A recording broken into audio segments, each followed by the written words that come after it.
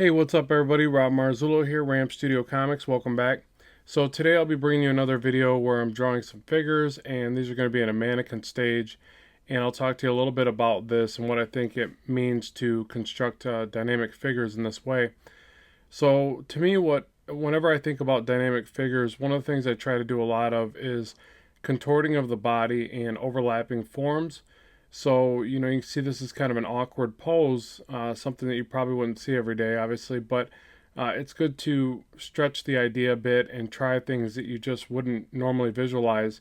It kind of breaks you out of the mental rut that we talk about a lot on this channel that a lot of people face, and it just helps you to feel more comfortable when constructing more dynamic figures. And again, the way I see dynamic is areas of the body where it's contorted, compressed, overlapping forms, things like that. You just really want to get away from the habit of drawing all your limbs out to the side of your characters and not really crossing over sections of the body and really stretching the pose.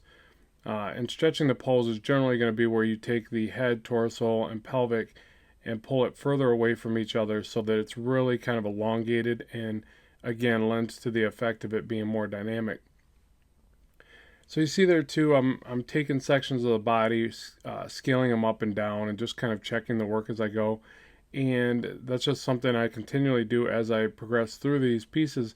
And the reason why I like doing them in this mannequin stage, for one, I end up compiling them together into a pose pack that I got on my Gumroad. But really the reason I do it in my studies is because it allows me to turn the forms more visually in my mind than if I was to just draw, say, the perimeter of the body. So that's why you see those little disc shapes in the middle of the legs and arms and things like that. It just helps me to kind of point those limbs a little bit more visually than just drawing the regular form or whatever. So yeah, so again, back to dynamic drawing. It's really just an idea that you just have to practice as many variety of poses. So do as much figure drawing as possible. Study from life, create your own poses, and this is all stuff I've said over and over again in a lot of my lessons and stuff here on YouTube. But it's really what it all boils down to. Like, you should probably start every day with some gesture drawing, at least 10 poses, if not 20 or 30. If you're gesture drawing, you should be able to do them really fast. These are not gestures. These are more refined. In fact, by the end of this video, all these poses took me about an hour to do, or almost an hour. That's because I'm taking them to a more refined level, as a deeper kind of study. And you should try a variety of studies. You should do tons of gestures that are really quick. Anything from a minute to maybe 5. I would say anything over 5 minutes, and it wouldn't be a gesture anymore. It'd be a more refined drawing, even into a mannequin stage or whatever.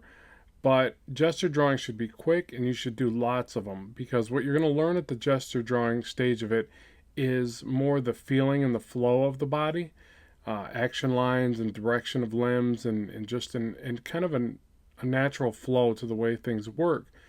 When you start to structure them more this way, you're starting to think more about form and about giving it a solid feeling to occupying the space. So it's and then you refine it more into anatomy. And if you were to take it further past what you see here, it would be more of a finished drawing, and we would really lay in the anatomy, very very concise and very clear as to what we're seeing visually for the muscles and things like that.